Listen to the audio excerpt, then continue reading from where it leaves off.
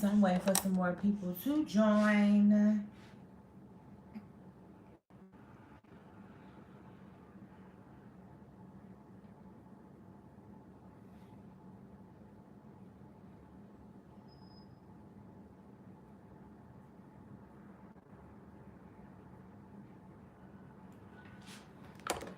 What's up, y'all? So I told y'all that what's up, mama? Mother.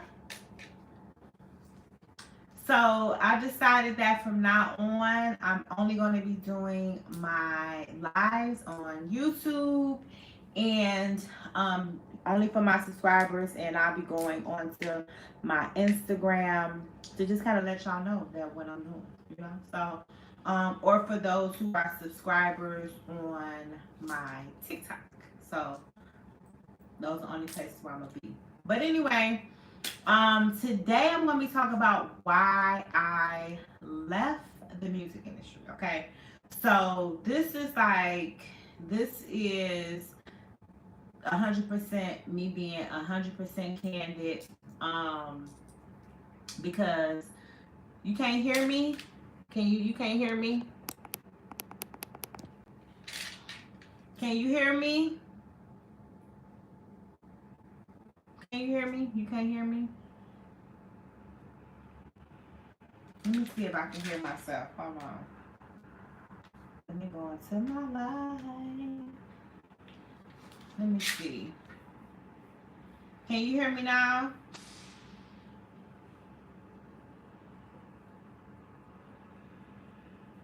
Let me know if you can hear me.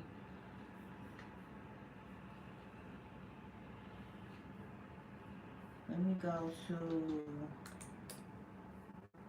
let me go to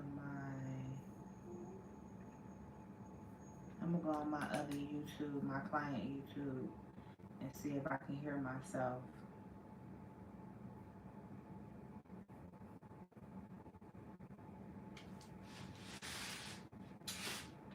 Can you still not hear me?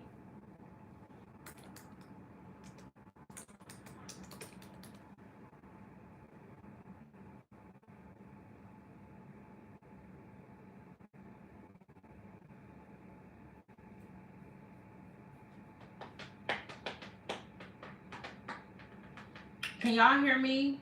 The new person that just came on. Let me go in here and see.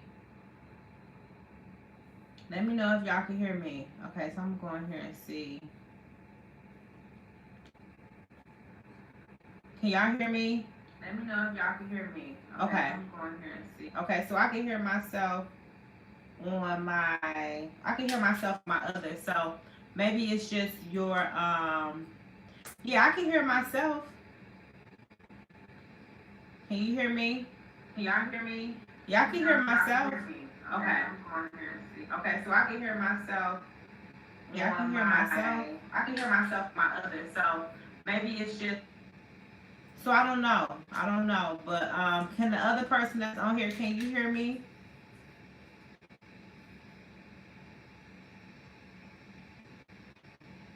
Because I can't hear myself. Yeah, I can hear myself. So maybe you need to check your sound because on my other can the other person that's on here, can you hear me? Yeah, I can hear myself. On my I'm on another browser and I can hear myself. So it could be your browser, maybe can anybody else, can y'all hear me? The other people that's tuning into my live? Let me know if y'all can hear me or if you can't hear me before I get started. Can you hear me? Yeah, see, I can hear myself though. I can hear myself when I went into my on my browser. I can hear myself. So I don't know. It might be on your end because I could definitely hear myself on my other computer. I mean, on my computer when I went and checked my browser. So I'm thinking it might be you because I could definitely hear myself. When I went into my on my browser, I can hear myself. So I don't. So it might just be yours. But okay, so we're gonna go ahead and get started. Because it's 2 o'clock in the morning, so I ain't gonna hold y'all too long. Um, yeah, see, I can hear myself. I don't know why you can't hear me. Can the other person that's on here, can you hear me?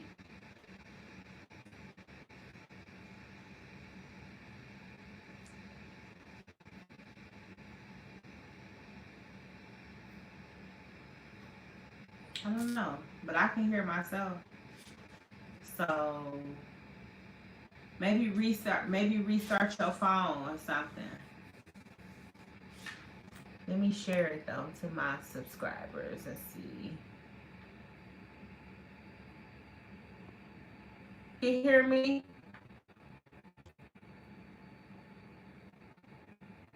Okay, so Kiwi can hear me. Yeah, so Kiwi can hear me. So maybe it was Evelyn's phone. But anyway, so let's get into it. So today I'm gonna be talking about why I left the music industry, okay? So first and foremost, for those who didn't know, I've been in the music industry since I was 22. So, and I'm 43, so 21 years, basically all my son's life. I've been in the music industry, and I started off when I was 22, 21, 21, 22, and I went to broadcast school. And so the requirements to get into the school was you had to be pregnant, married, well, have a baby, married, or 21. And I could not get into the school. So finally, I was pregnant, I was 21, and I was married. Where I had a baby, 21, and married. And so I was able to get into the school, right? And so once I got into the music industry, it was like I just spearheaded. I started off in radio and television broadcasting. So I started off doing television. I started off being behind the scenes, working the camera, producing television shows. In my second semester of school, I had a television show that was on TV already. And I was still a student in school. And I was doing radio. I did radio, like on air personality, producer. I got into sports radio. So I was like all over the place when it came to when I first started. But I really started in television and radio. And that's what I wanted to do. I wanted to be a radio host. And at first it was cool, but when I had to do news, I didn't like that. I like more freestyle. I like to be more entertaining. And so I wound up going more behind the scenes in television. And so after I did TV for a while, you know, I really kind of left it alone. The girl that I was doing television with, she was wanted to get with these athletes and get with these rappers, and that really wasn't my MO. Even though I was young, I was popping, I was being 22 in the industry, I was doing my thing. So I was able to meet a bunch of people, but I wasn't really about for the dudes. I was really about the work, the hustle, the industry. And I really like tech stuff. Like I like to edit. I like to, produce. That was my thing. And so I kind of stopped dealing with her. Got a boyfriend and stopped dealing with her because I wasn't about just being with these athletes. And I realized that these athletes be married, they be lying. I was dating a guy that played for the Detroit Lions, Soccer McDougal, and I found out that he was married. And I was like, you worth 60 million. Why am I gonna be dating you and you got a wife? And he lied to me and told me that he was divorced. And come to find out, my homegirl was watching TV and she was like, who is this woman he on TV with? He did this whole calendar thing, and so it was with his family. And so after the game, he came home or whatever, and I was like, what's up with you and your wife? He's like, oh, I told you I was separated. No, you told me you was divorced. So that kind of left a bad taste in my mouth about dealing with athletes in this industry aspect for that. But I just kept going, kept doing me. And I went from, doing television and radio to eventually writing for a magazine, Rap Files, and that kind of took off. I was doing a lot of major interviews and major covers, major press. And so I was working with a guy named Propane. He didn't have a car. And so he needed a ride. And I didn't like his tactics because I come from the professional aspect of the industry. You know, press releases, getting press kits, press passes, all this kind of stuff. And he was on some guerrilla, just go in there, get through the door on some, for lack of a better term, some nigga shit. And so he started to be intimidated by me because I was this young, pretty girl who had, you know, education in the industry. And then he lied and told the people at the industry that he had messed with me. And I'm like, why would you lie? So I kind of debunked that. And that turned me off from doing that. And so, you know, later on, I wound up going to film school. And I was like, I don't really know if I want to deal with the industry in that aspect. And so after that, I wound up, you know, working for, when I was 20, 24, 25, I wound up working for GM Legal, which was my last job ever in life. And so, yeah, I was 24. It was 2004. That's the last time I had a job, when I was 24, 25, y'all. But anyway, I got it when I was working there at GM Legal. I got an offer to work at ESPN during the finals. Now, for those who know me, I love basketball. That is my favorite sport of all sports. And I had the biggest crush on Joe Dumars growing up. And this is when Joe Dumars was the owner of the Pistons, right? With the GM, whatever he was. And so I got to work for ESPN during the finals. And that was a whole different ball game. That was not the entertainment industry. It was straight up, you get paid. They gave me a Cadillac to drive. They gave me a credit card to use. I was working with the Lakers, and this one Kobe was on the Lakers, and it was the Shaq and Kobe versus the Pistons during the finals. And that just opened my eyes. I actually met Kobe's agent that had tried to talk to me. When I tried to talk to me, he did talk to me and offered me to come to LA to come hang out with Kobe and his wife. And I passed it up. Now, in hindsight, that's really only one of the things I regret, because Kobe is no longer here, so I will never have that opportunity ever again, right? But working for ESPN was a whole nother beast. It taught me the business and how to really make money. And so after that, I wound up going to business school, and I said, you know, I want to kind of step away from freelancing. And the ex that played football, he always would tell me what you want. I'm gonna help you get your business. And so I hit him up and was like, because before when we were dating, he always wanted to help me with my television show. And I was like, no, because my television show was with somebody else, and I'm not trying to fund her career, because she literally was like wanted to be the face and wanted to sun me. She even had told Mike Epps that I was her assistant. Like, bitch, I'm not your assistant. I'm the producer. I help you get lit. Like, you wouldn't even be lit if it wasn't for me, for my brains and my education. Like, I was the backbone. So I'm like, no, I'm not going to let you put money into this business that I got with somebody else that think I'm an assistant. Like, bitch, assistant. So later on, I went to business school, and for those who didn't know, I wrote 4 books. I just released my 4th book. I published 4 books, because I've been writing books since I was little. And so after I went to business school, I decided that I wanted to open a publishing company. So I called my ex, the one that played for the Lions, and I'm like, hey, since you said you was going to do a business for me and you owe me because you was a cheat and a liar, fund my business. And so he flew in. At this time, he had stopped playing for the Lions and was playing for the Miami Dolphins or whatever. And so he flew in and gave me the money to start my business, and I started my publishing company. And from that, my life took over. I was the CEO from 25 from that point. Now, a lot of these chicks won't tell you the truth on how they started their business. Me, I'm going to keep it funky. It was a football player that funded my life. That's how I became a business owner at 24, 25. He came in, he bought me all the equipment that I needed. He paid for my office. He bought me a car. He set me up in my business, and he went about his life, right? And so, you know, and he was still married. His wife tried to show up and tell me that he lied and said that he was coming to do business with somebody else. Girl, I don't care nothing about that. He came, at that point, I was young. I didn't care nothing about that. Just he owed me because he lied to me, and he said he was going to give me a business. He came to give me a business, and that's what it was about.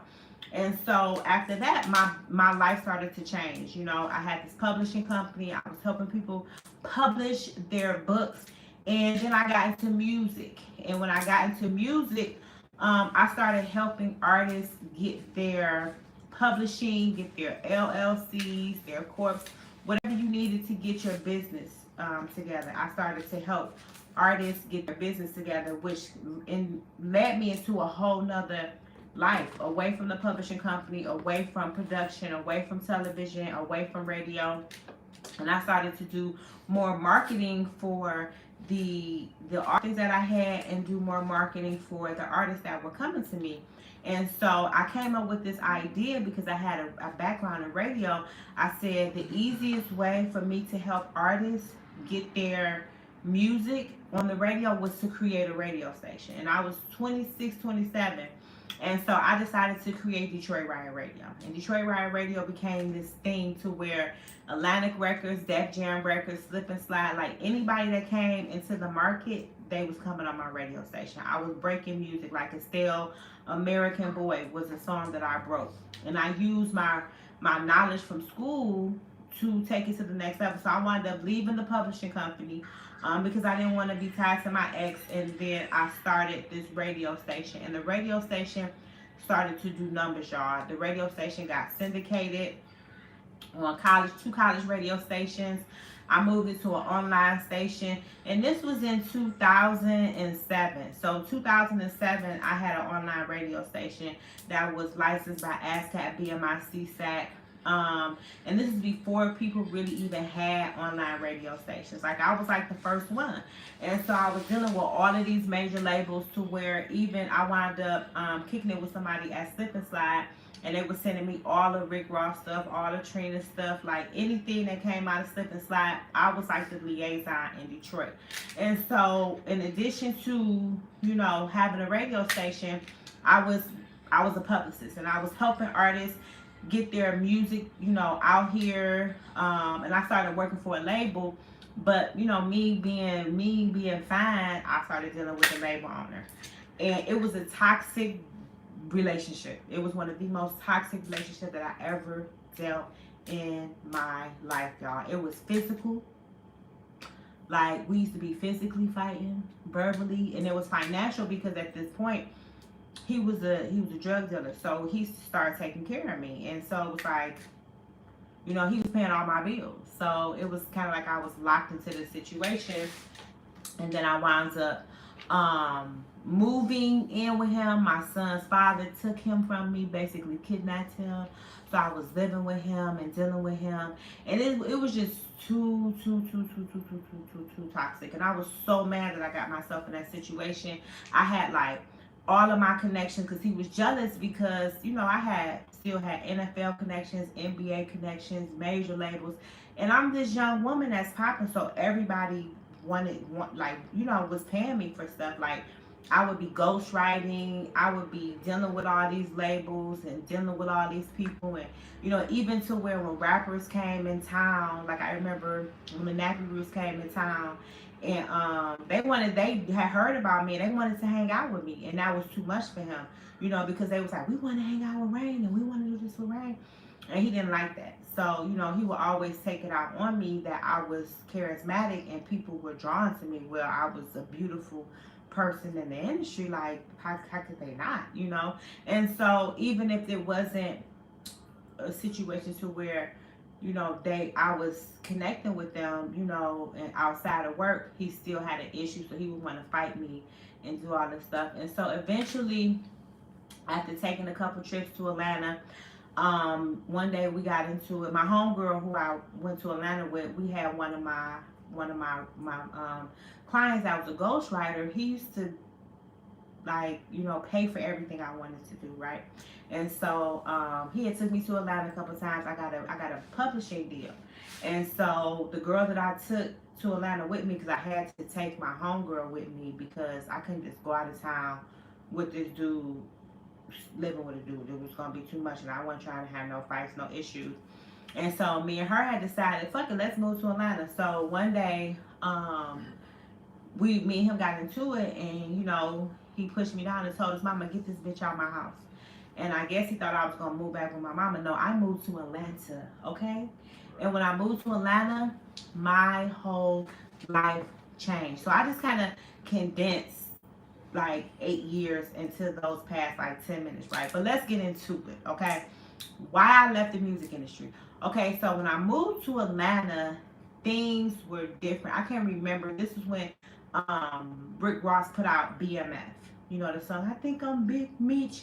So that was the year that I went and moved to Atlanta. And it was just like Atlanta was so lit. This was in 2010. Atlanta was so lit. If you was in Atlanta in 2010, you know what I'm talking about. The clubs was lit, the club scene, the industry events, the nightlife, the industry. It was so much money and it was so lit. And so when I moved there, I still wasn't like about to work. I was there for a month and I still had my radio station, and I wound up getting a club to pay me to host a club night. And so I was getting paid $250 to host a club night, and I'm loving this. And this was like 3 weeks into me moving in Atlanta. And it was one of the hottest clubs in Atlanta at the time, called the Chit Chat. I later wound up getting a club. I was DJing at the club. I was just making my way. And so finally, when I got settled, an artist had hit me up and was like, you got so many connections, I'll pay you to, get me out here. So my rent was $515. He was paying me $750. So I was lit. Like, you basically paying my rent to get you lit out here. And so that worked out for a little while. And then, y'all, I got Shaquille O'Neal as a client. Now, this was through a sunglass. Shout out to K. Michael, because K. Michael really was influential in my life. But I got Shaquille O'Neal as a client. And when I got Shaquille O'Neal as a client, doors opened up for me. At this point, it was nothing that I could not get. I could not get into. I was lit in these streets. Y'all hear me? Everything that was happening in Atlanta, I had Shaquille O'Neal as a client. So you can't tell me nothing. So I later went back for public relations because I realized I had I went to school for broadcast arts, for radio, television, business school, but I had not went to school for public relations. So I later went back while I was working clients and started to get my associates in public relations and communication. So I'm over here having Shaquille O'Neal as a client and going to school for what I'm doing for him, right? But really didn't need the education. I just did it to just have like the background of what I was doing. So got Shaquille O'Neal as a client. I'm lit. Everything kind of sped up from there. I went from Shaquille O'Neal as a client to Love and Hip Hop people as a client, to Lil' Kim as a client, to working with all of these rappers. Eventually, the guy that worked at Slip and Slide became my boo, and we got into a relationship, and we was getting money, honey. I was making money. It wasn't an artist in Atlanta that I didn't touch. It wasn't an event in Atlanta that I wasn't at. I became one of the top publicists in Atlanta. If I was working your project, you was guaranteed to get those looks from all of the major media outlets. Like, I had connections at BET. I could get you on BET. I can get you in any media publication. I could get you on any red carpet at any event. BET Awards. When Lil' Kim did her interview on the Breakfast Club, that was me. When she talked about Nicki Minaj, that was me. When she was on 106 in Park, that was me. When Lil' Kim did the Cypher the first time, that was me. It was so much stuff that I did. Like, even getting people, it got to the point to where I got so lit until I went from being a publicist to Love and Hip Hop calling me when they wanted to get talent for the show. So even people like JoJo or Miami, like, I was petitioning to get her on there. You know what I'm saying? And so everything started to progress until it started moving so fast. And here it is, 2010, I moved to Atlanta. To fast forward 2015, I was one of the hottest publicists in Atlanta, to where I got a job at NBC 11 Alive. So I went back to my journalism days. So not only was I a publicist, but now I am a reporter for NBC 11 Alive. So I went from working for ESPN to NBC, right? So now I'm working with NBC. I'm having all these major clients. I'm making money. I'm, becoming one of the top people in the industry. And you couldn't tell me nothing. It wasn't something that I couldn't get. Everything was a phone call away. From New York Fashion Week to BET Awards, I was a Grammy member.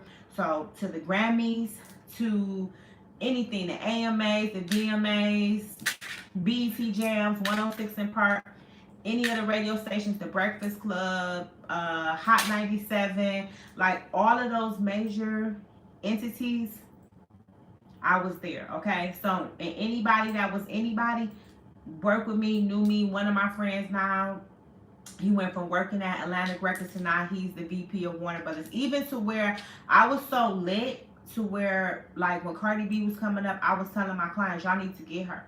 So like when Cardi got signed to Atlantic, the guy who positioned her to become who she is, he gave me the blueprint to get my client signed. So I got a client signed, which is one of my last clients. I got him signed to Empire on a single deal, and he was supposed to do a song with Art Bar.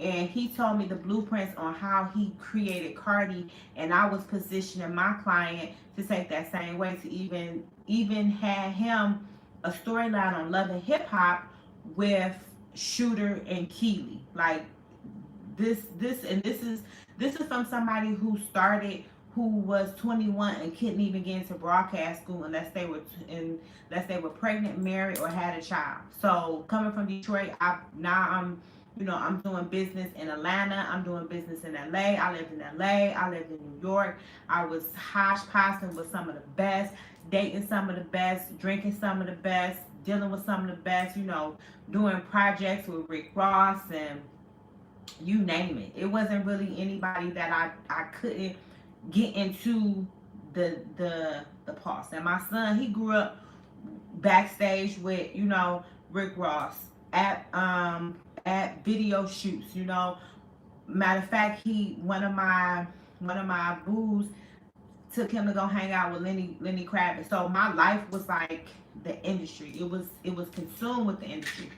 But why did I leave? Because you was doing all of this great shit. Why did you leave? Like, why would you leave? Well, let me tell you something. It was stressful. It was very stressful. I didn't like the energy of dealing with them people. It was a lot of egos. It was always put myself last and care about them first.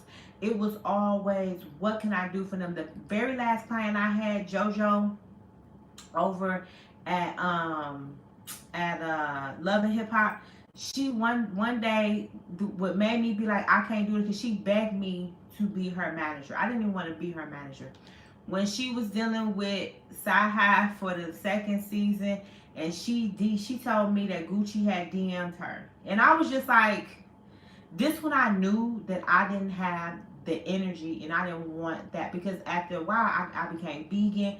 I started to raise my vibration, and I just wasn't in the mindset of it, like the egos, the drinking, the partying, the sex, the drugs. Like, you see a lot of people say what the industry is, so I'm not going to go into the full thing of what the industry is, but I'm going to tell you what it was for me. Like, oh, thank you for subscribing. The industry is a toxic place. It was very draining to myself. I knew that I couldn't be a wife. I couldn't be the vegan foodie and be this for y'all. The very last client that I had, I put so much energy into these people, y'all. It takes a lot of energy. The last client that I put energy to, that I got him signed, I got Tory Lanez on the phone to do a song with him, to produce it, because for those who don't know, Tory Lanez produces his own videos, his own music. He does everything in-house. So Tory Lanez had agreed for $50,000 for us to come to his house, record a song, he do the video, he pushed the video. I got this boy anything he needed. He said he wanted Drake. I was getting Drake on the phone to do a song with him, because his brother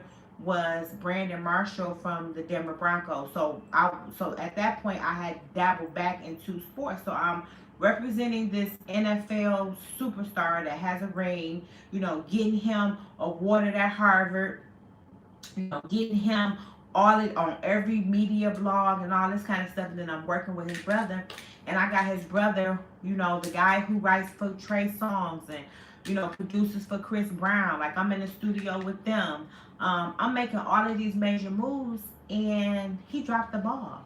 It was like I'm putting all of this energy into people, and you could drop the ball, and now what? Now my money is stopped because you dropped the ball, because you don't have the initiative, because you got demons that you dealing with, because you got stuff going on with your life. And my bag was contingent upon another talent doing what they were supposed to do, or it was like a Bambi, like Bambi, that hairline. I created that hairline for her. From the hair supplier to the name to the image to the tag to the social media. And when it came out and it was time for her to sign the contract, she didn't want to sign the contract to give me my just due. It took her forever. I said, if you don't sign this contract, I'm walking away. I had to walk away and only got $62 from that. We was beefing online about that. It was shit like that. Like, I'm putting my all into these people and they're not even appreciating my worth. I don't have to put my worth into you, because it wasn't the talent that made them lit. It was the publicists behind them that made them lit.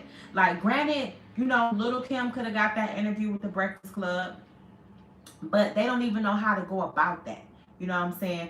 Granted, Shaquille O'Neal could have took his eyewear, on the show, but it was me having to go to the store to get the eyewear, to bring it to TNT so that Shaq could be on television, giving it to Charles Barkley. It was my work that made all of these things happen.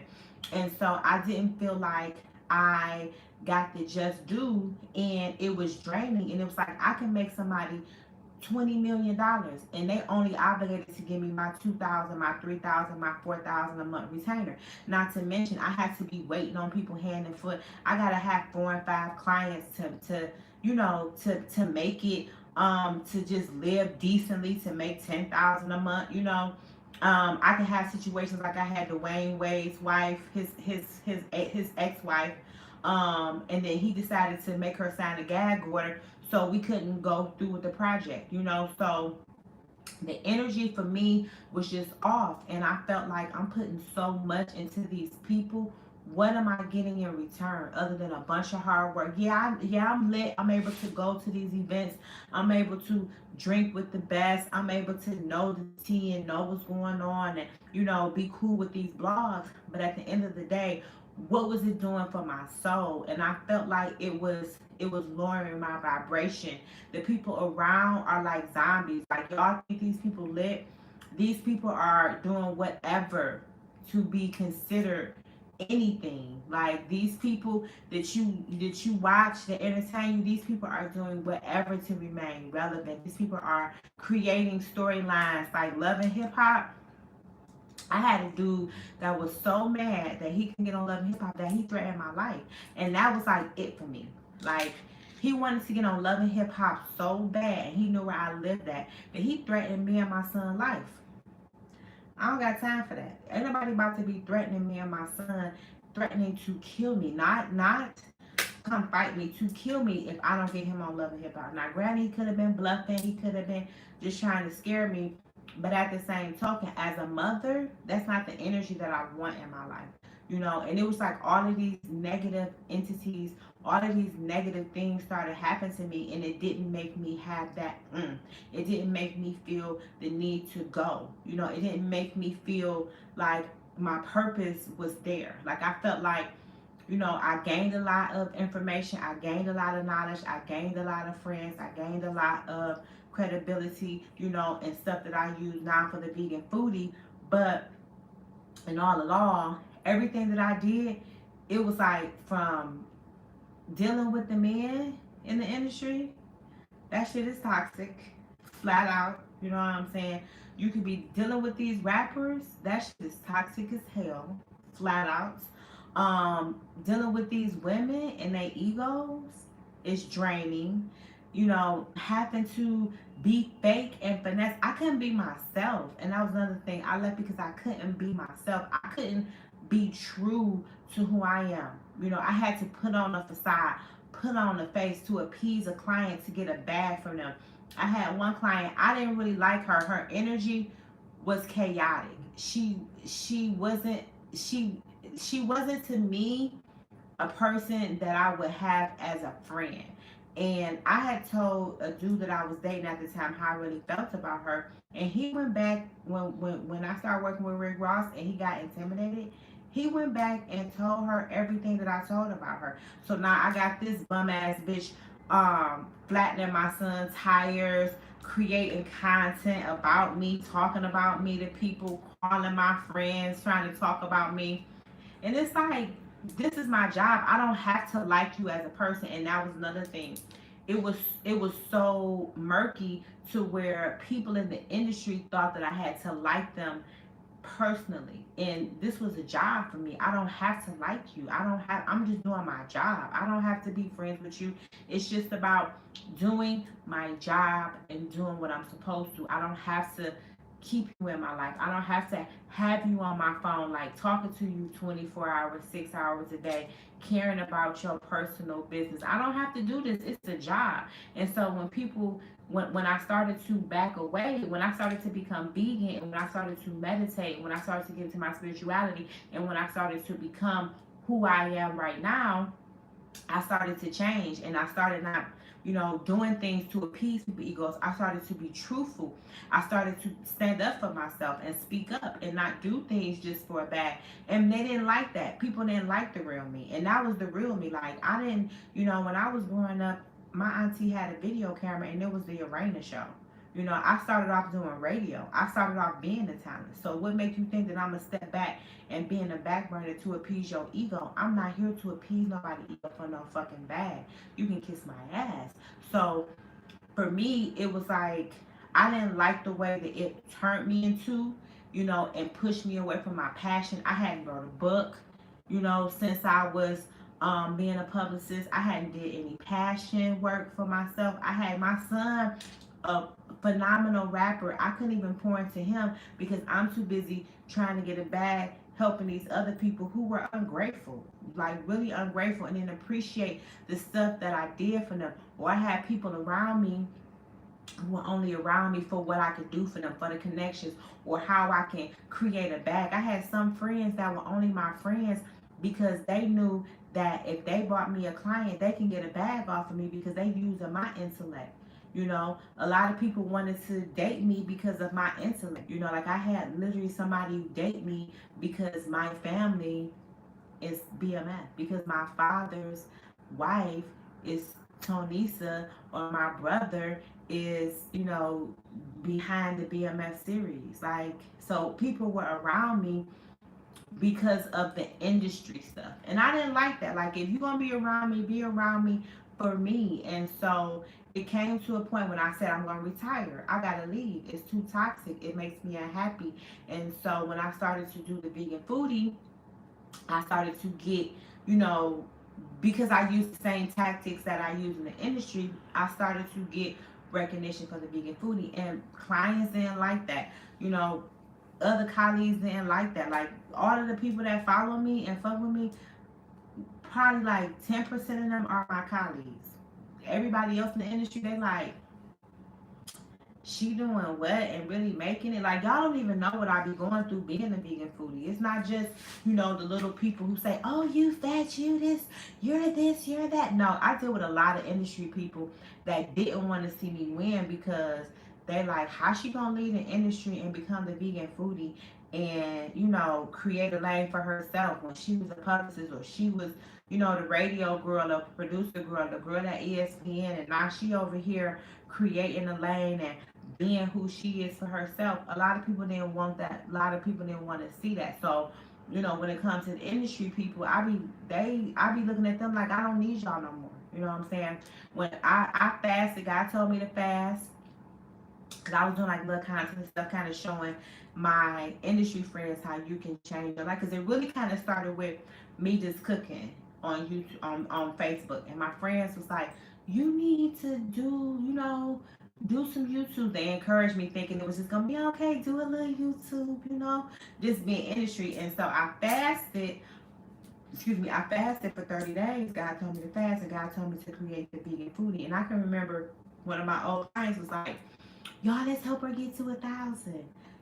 Like that's where I was at. And then when I put my book out, the reason my book went to #1, I had a couple blogs like, oh, we support you. They posted it, they put it in their bios. They were really supportive of everything that I was doing. And then it just took off. And then it was like I would tell my friends, like, I'm retiring, I'm leaving the industry. And they're like, you ain't leaving, you can't leave.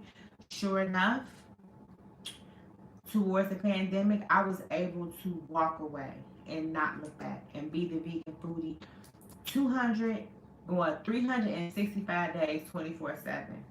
I was about to say 265, but I meant to say 247, 365 days. See my boy in there, King. See, Kenya Kardashian is one of the people in the industry that supported me. When I say the 10%, Kenya is part of the 10% and has encouraged me and watched me grow and helped me, even encourage me, you know what I'm saying? Just watching my videos, liking my videos, just being that supportive system. And Kenya, the industry is a treacherous ass place. Some people are shady, some people are unhappy. It's so much jealousy, envious, low vibrational energy to where if you want to excel, on your own, you got to step away. And I had to step away, and I had to do what I needed to do for me. And I followed my heart.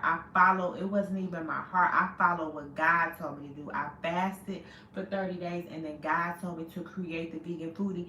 And I thank God for, this like, I thank God for this. I had no idea what God was preparing me for, preparing a table in the presence of my enemies type shit, so now I'm able to be the vegan foodie. I'm able to fund my life as a vegan foodie, and I'm able to use the tactics that I use from the industry, but I don't even need them same connections because I'm so far in a different lane to where the lane I'm in now, people appreciate me for being the vegan foodie. I'm in a holistic vegan lane. When people reach out to me to do interviews and to do press, it's nobody from the current industry and from the previous industry, and I'm cool with that because that's not my lane, that's not my demographic, and I don't want that energy tainted on what I'm doing. Like, I don't even use a gossip blog no more to promote my stuff. I don't even reach out to nobody to promote my stuff. People reach out to me now because I'm doing what basically, I felt was in alignment of my life purpose. And I said, last year, this year, I'm only focusing on my life purpose, and I'm only doing what I need to do in order to progress and to be what God wanted me to be. And that's it. I follow my intuition. I follow that voice. I follow what God said. And now I'm happier. Of course, I go through things in life, but that's a part of life, But when it comes to career-wise, I'm so much happier being the vegan foodie. I get to do everything that I ever wanted to do in the industry. I get to create videos. I get to produce videos. I get to edit. I get to write. I get to, be a talent. I get to deal with the media. I get to do all of that, but I don't have to deal with the negative energy. I don't have to deal with the jealousy. I don't have to deal with the cattiness, the fakeness that comes with the industry. I don't have to deal with the people who feel like my thing was, I look at a lot of people now, they still doing the same shit that they was doing when I left the industry. And these people try to feel like they were superior. That shit is sad because I know the industry don't got no money like that no more. Y'all ain't making no money like that. The pandemic wiped out that. So how you still feeling like you the head honcho?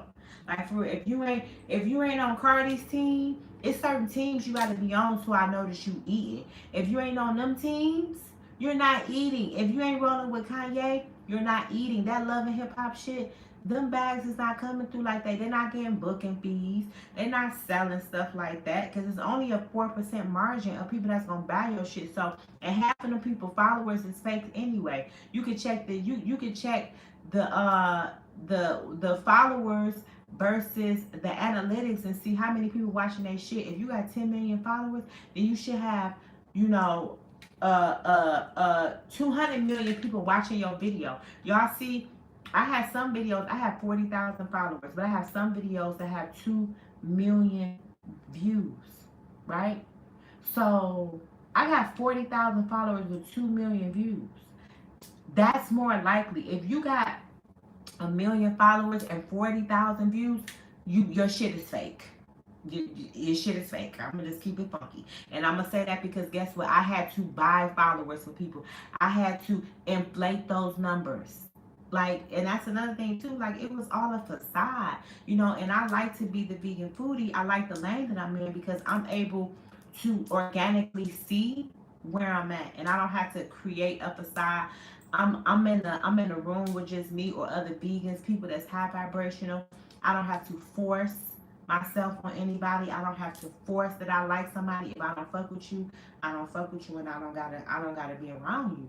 When I was a publicist, I had to force like I like people. I had to deal with people that I do not like. I do not like their energy. I do not like their tone. I do not like their practices. I do not like their moral compass.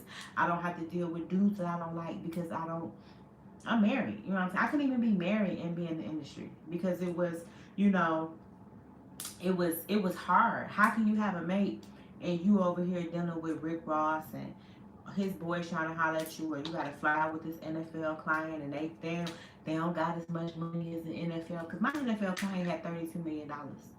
So you was either with me because you was a fan or because or you were jealous of him. You know what I'm saying? So, you know, it was kind of like, it was just the cattiness. And so for me, I just decided to leave the industry and retire. And that's one of the best things that I could have ever done in my life. You know, why I left the industry, to sum it up, to kind of, in conclusion, I left the industry because I couldn't excel the way I wanted to. I couldn't do what God wanted me to do. I couldn't live my life purpose and still be in the music industry. I couldn't juggle both. I couldn't be who I came to earth to be, you know. Just, you know, you said, who is she? No disrespect. I just want to listen to her and support. Who am I? I'm the vegan foodie, bitch. How you gonna say no disrespect, but who is she? Have you, if you tuning in, you didn't see nothing I talked about? You need to go back and watch it. No disrespect of me calling you out your name, but who is she? I'm the vegan foodie. That's who I am, boo. Check the resume, boo. I just told you my whole resume. But anyway, energy like that. Like, I don't, okay, because you was curious. Okay, well, I just did a whole live on Wild at the Industry, and I tell you who I am. So, I'm the vegan foodie. You're on, if obviously you are my thing, so you need to go watch my videos. You need to go on my YouTube. You need to see who I am. So you know, okay? Now, who is she? Who is you? What you doing with your life? You know? Okay, well, go watch it. I'm talking about why I left the industry. I'm over you. Anyway. But yeah, so you know, I left the industry because, you know, it was just toxic energy, and I don't do well. Y'all see how my mouth is. Y'all see how I just snapped on that person. My energy is, I got a foul mouth. Like, who I am organically, I don't know how to appease egos. I don't know how to keep it kosher. I pops off with my top off, you know. So that wasn't cool for me. You know, I needed to be in a lane where I could be me and I could address people, you know. I could address people in the way that I want them addressed. No, you know, and I'm no disrespect to you. You know, you want to support, that's cool support. I appreciate the support. You just, you know, when people, it's how you address people. If you say no disrespect, who is you? Like, you need to learn how to address people. More saying, oh, okay, what you talking about? What are we talking about on your live? It's the way you address people. You can't come on nobody live and they talking to say, who is you? Because you're on my live. So you obviously, if you want to know who I am and you don't know, then maybe you should click off the live, go on my page, go on my Instagram, go to my website to know who I am. Not come on my live and ask me, who is you? Who is she? And then you said, who is she, as if you're talking to somebody else in the room. You're talking to me because it's going to pop up on my feed. So, you know, that's just my natural response when people but people come left. People need to learn how to talk to people. People need to learn how to address people online. This whole being shady, because that comes off shady, that comes off condescending, that comes off being petty. Instead of just saying, "Oh, what you talking about? Let me see." It's ways that you talk to people on live. Don't come in that matter, because I got a crazy mouth. And my first response is always the response I'm gonna give. So if you feel offended, my bad. Just go to my Instagram, the Vegan Foodie, go on my page and see what kind of stuff I talk about. Check out my life, and then you'll know who I am. Okay? And if your algorithm made me pop up on there, and your algorithm wanted you to sit down, have a seat, this is my TED Talk. Okay? But anyway, yeah, why I left the industry, the energy. It was the energy for me. It was the mindset of the people for me. It was the pettiness of the blogs. It was the pettiness of the people. It was the narcissism. It was the egos that it just didn't appeal to me as I ascended. Y'all see how my mouth is.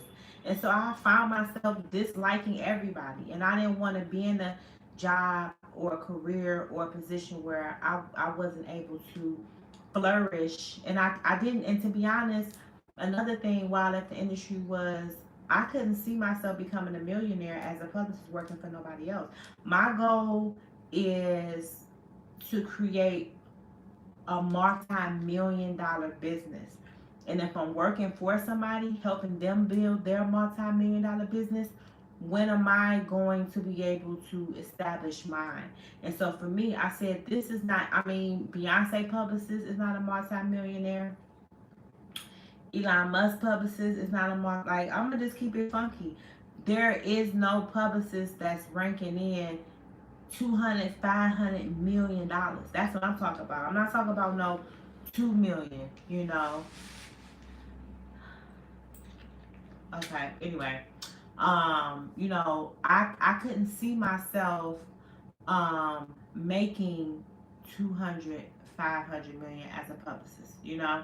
I had to step away because I knew that I was not going to be able to acquire my wealth, you know, in that aspect. So I said, in order for me to acquire my wealth, I had to step away and create my business that's going to put, or create something that's going to put me in that position.